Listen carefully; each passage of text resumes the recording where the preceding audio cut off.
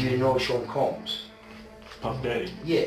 P. Diddy, whatever you call himself these days. Yeah, go ahead. The man who allegedly opened fire inside of one of former President Donald Trump's Florida hotels several years ago made some wild statements to law enforcement in his interviews, saying he was a sex slave for Sean Diddy Combs.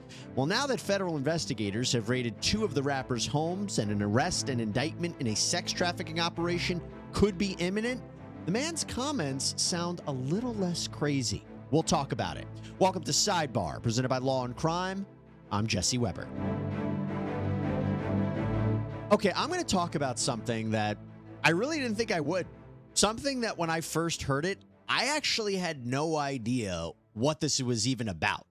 So this came up during multiple times during our live Q&A shows on the Law&Crime Network when we were covering questions on the Sean Combs case. And a name kept coming up in connection with Combs, and I couldn't understand it.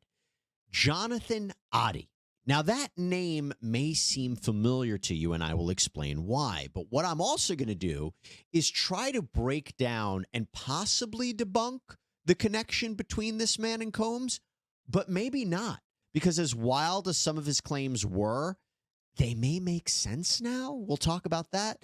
The reason I say all of this is because after several bombshell lawsuits were filed against Combs, accusing him of sexual assault, physical violence, human trafficking, after federal agents raided his homes, reportedly pursuant to an ongoing sex trafficking investigation, all of these numerous videos and social media posts and old interviews and more, they've all popped up. Particularly in the last 2 weeks, people trying to make some connections between what he said or people said and these allegations. Now, to be clear, Combs has not been charged with any crimes connected to this raid, but his charges may be on the horizon and the investigation continues. There is something that has surfaced. This police interrogation of a man who allegedly opened fire inside of one of former President Donald Trump's hotels, Jonathan Oddi. What is his connection to Diddy? Or should I say perceived connection to Diddy? Let me give you a little background. Now, you might remember back in 2018, a man went into the Trump National Doral Miami Hotel and Resort in the middle of the night and went on a rampage. The state attorney's office says that Jonathan Oddi fired shots inside the lobby and toward the chandelier on the ceiling, then draped a giant American flag across the hotel's front desk. He allegedly walked around breaking items like computer monitors, throwing things around the lobby.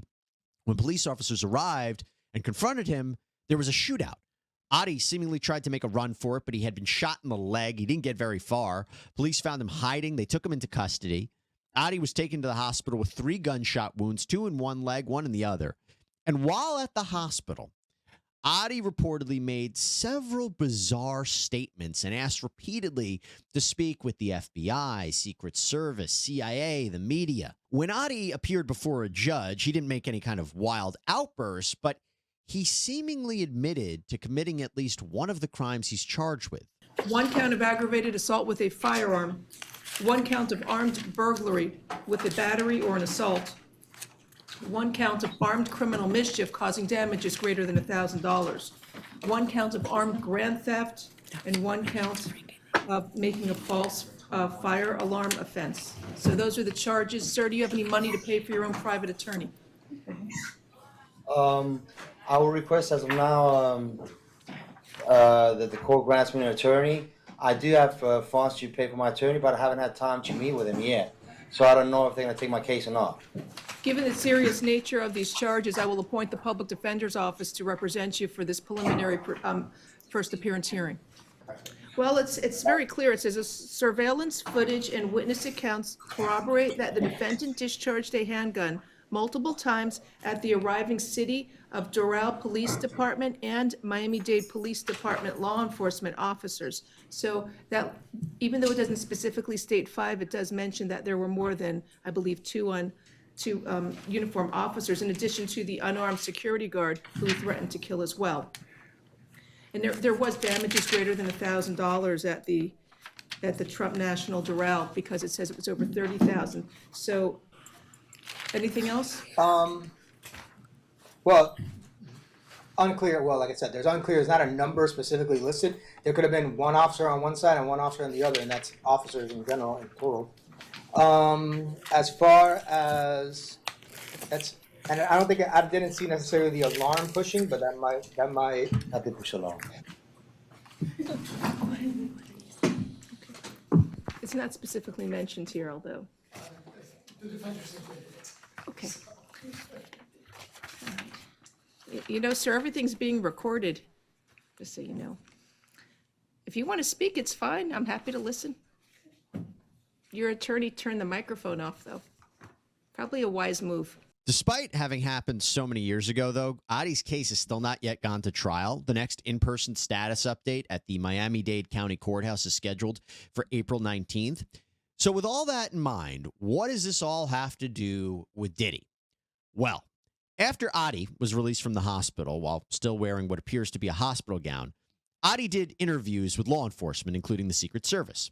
And we have part of that interrogation. And I will tell you right now, he says some bizarre stuff, okay? After talking about various kinds of conspiracy theories, Oddi asks this one thing out of the blue. Do you know Sean Combs? Puff Daddy. Yeah. P. Diddy, whatever you call himself Yeah. these days. Yeah, go ahead. Yeah, he's part of what's called the Boule. The Boule is a branch of the Illuminati. Okay. It's the black people. Okay, first thing to talk about here. The Boule is a real thing. It is the senior leadership of Sigma Pi Phi fraternity, the oldest postgraduate fraternity founded by and for black men. It was a secret society in its beginning, but now has chapters all over the United States. This is an organization for black professionals already experienced in their careers, and Sean Diddy Combs is sometimes rumored to have been a member of Sigma Pi Phi, but no indication that he is. Tell me this whole thing isn't a little bit out there, right? Really makes you think about the people in your life, what they're all about. Who are you surrounding yourself with? Well, there is a service that can help you learn about the reality about the people in your life. Truthfinder.com. Great sponsor of ours. Honestly, what an amazing service that can provide actual safety for you guys. Why do I say that? I say that because Truthfinder is one of the largest public record search services in the entire world. Here's how it works. You go on their website, truthfinder.com, and you type in a name. Let's say you're about to go on a date. You want to know who this person is. Let's say the person is me, Jesse Weber. I'm married. This is a hypothetical. Plus, I'm not that great. You wouldn't want to go on a date with me anyway. You type in my name, and within minutes, you get access to reports that include information like phone numbers, addresses, associates, criminal history. No, I don't have a criminal history, but you get the idea. Also, you know what's really useful is if you type in an address, let's say your home address, it tells you registered sex offenders that may live in that area too. That's the point. Unless you use Truthfinder, you may never know what's really going on with the people around you. Also applies. Let's say you meet somebody on social media. Let's say you're buying something from somebody online. You want to check out who these people are. Or how about just trying to reconnect with old friends or family members that you haven't seen in a while? Bam, Truthfinder, they can help track those people down for you. So with all that in mind, right now, you can get 50% off of confidential background reports at truthfinder.com/LC Sidebar. Hope you check it out. Now, a little later in this interview, Oddi says he settled a lawsuit with Combs, but doesn't really go into detail. This is when he starts to create a web of people that he believes are involved in a larger conspiracy. I had settlement with Sean, okay? And he belongs to that agenda. That's why he's so famous. They land all the contracts. It's his attorneys, which are Mark Garagos and Ben Mercedes. Ben Mercedes worked for Bad Boy Entertainment for 4 years and worked for Hillary Rodman for 5, okay? So Mark Garagos and Ben Mercedes might be names you recognize. They are well-known legal partners who have represented celebrities like Michael Jackson, Chris Brown, Winona Ryder, Colin Kaepernick, Jussie Smollett. Now, Mark Garagos has helped Combs fight legal battles before. In fact, in 2015, the Los Angeles County District Attorney decided not to file felony charges against Combs after he reportedly assaulted a football coach at UCLA with a kettlebell weight. Now, Combs' son, Justin, was on the team, and the coach reportedly sent him home from practice. It was a whole big mess. Ben Masalis, though, he has an even closer relationship with Combs. He was actually a Bad Boy Entertainment intern back when it was Bad Boy Records. Ben and his father, Kenny, were honored at a Variety magazine event called Power of Law back in 2019, and Combs was there to speak about them. Ben Masalis also took the podium and had some kind words for Combs. He said, quote, Sean Combs gave me an internship which changed my life when I was in high school. For those who don't know, Bad Boy Records is the SEAL Team 6 of internships. It prepared me for everything being under Puff's tutelage, which is why I think when judges yell at me, it's nothing compared to Puff. He talked about joining up with Mark Garagos after he graduated from Georgetown, saying he believed Garagos truly liked him because, quote, no matter how hard he yelled at me, I was willing to take it based on everything I had experienced with Puffy. Okay, so Oddi knows that Garagos and Masalis are connected with Combs, but the agenda that they're supposedly pushing is unclear at this point in the interview. But then Oddi drops a bombshell. So, in a 2023 lawsuit, Cassie, whose real name is Cassandra Ventura, she sued Sean Combs. She claimed that the rapper just supplied her with drugs, forced her to participate in group sex with prostitutes. She says that the sessions were often filmed. Okay, this is what she alleged in 2023. That lawsuit was settled. But now listen to what Oddi says. Again, before this lawsuit was ever filed, before any of these details that she alleged were made public, listen to what he said. I had sex with Cassie and Sean. Basically, he would masturbate and tell me what to do with Cassie. I had like 15 encounters, and I heard a lot of business. Because what they would do is Sean talks a lot on the phone and on the TV with speakers and stuff, and I was like a sex slave. Okay, for them that's what I was. That's all. All right. That is eerie. That is eerie.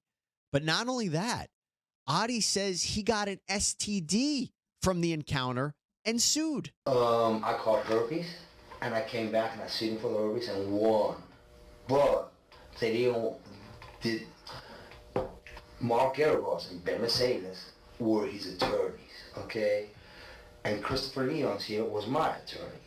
They asked me to turn in that, which was the video recording, and I did so. They gave it back to me accidentally, and it's possible I threw everything out. It's possible I can produce a copy. Of course, this was years before Cassie filed her lawsuit against Combs, so the investigators aren't really sure what Oddi is talking about, and they move on. But knowing what we know now about the allegations that Cassie made and others made, Oddi's statement seems to corroborate some of what she said, right? Remember, Cassie said she would be forced to have sex with escorts or prostitutes. Oddi, who describes himself as an investor and entrepreneur, is also reportedly a former stripper and porn actor. Could it be that he was working as an escort in the Miami area when Cassie claims the session happened? But during the interview, Oddi often makes references to a cabal of rich people who have agendas. He claims the hip-hop world had its own goal. The hip-hop agenda is an agenda to move drugs all over the United States. They move, you need to inform the DEA. They move all the dope, okay, all the dope on private jets, which don't get screened by customs? By DEA. Anybody? Okay. Inside the United States, okay? They move what's called high-grade powder, MDMA. They move cocaine, and they move liquid cocaine in the bottles too. Okay, so they put the liquid cocaine in the bottles and they move it. I've seen the liquid cocaine, I've drank it myself, having sex with Diddy and Cassie. Okay, it's not good. He drinks it all the time. This particular statement brings your attention to multiple allegations in Cassie's lawsuit, as well as a lawsuit that was filed by Rodney Jones, Little Rod Jones, the former music producer for Diddy. They both talk about rampant drug use within Combs' inner circle. Now, Jones's filing says that Combs' chief of staff, Christina Quorum, required all employees to walk around with a fanny pack filled with cocaine, GHB, ecstasy or MDMA, marijuana gummies, and something called Tucci or pink cocaine. It actually doesn't contain any actual cocaine. It's apparently a mixture of ketamine, MDMA, and caffeine. Oddi again mentions an alleged lawsuit settlement between himself and Combs, but really doesn't get the chance to elaborate further. I've had a great life. I've settled $4.125 million with Diddy. Okay, because he's scared that I was going to expose him. I don't want to talk about Diddy right now. I want to talk about you. Help me understand you. By the way, we have found no evidence that Combs paid Oddi $5 million. Just want to be clear about that. But that is what Oddi has to say about Combs in his interrogation. But how does this all connect back to a shootout at a hotel? Well, it seems Oddi is making the connection between Combs and his lawyers and then presidential candidate Donald Trump. Oddi had made many pro-Trump statements and seemed to believe that the attorneys were trying to take him down. So he decided that the American flag draped across the front desk of a hotel would send some sort of message. Now, while some of what Oddi had to say seems to correlate with the new investigation into Combs or these new allegations asserted against Combs, we do need to take everything with a very large grain of salt because Oddi is not the most reliable narrator. Here's another portion of his interview. They've been promoting a hate agenda against Trump, so people hate him, okay, because they know he is very alpha, okay, very alpha in the sense that he likes money, he likes to make money, and he likes women, and they know they want to defame him in certain ways with Stormy, with other people, because they want him out of the government, okay? But it ain't happening because it's too smart for them. You understand what I'm saying? I'm trying to, right? Don is intelligent. We have a similar type of intelligence and overview of things. The only thing is he's not seeing that Hillary is a distant cousin of his and Obama have a different plan for him. You understand? No offense with Obama. I love each and every American, but he was part of that 9/11 agenda. He's a CIA agent, an ex-CIA agent. That's why there's so much identity issues with Obama. Who knows his real name? They say he was born in Indonesia and he's also born in Hawaii. Nobody knows. Why? Because he's an ex-CIA agent. Okay. Basically, Osama bin Laden never existed. It was a creation of the CIA, and it was Obama in a cave talking and looking like an Arab. And then they bombed the Twin Towers. Okay? So my problem is, I'm here to expose each and single one of them to the American public for the crimes committed on September 11th, 2001. Wild stuff. I know. But could there be some truth sprinkled in with all of that conspiracy talk?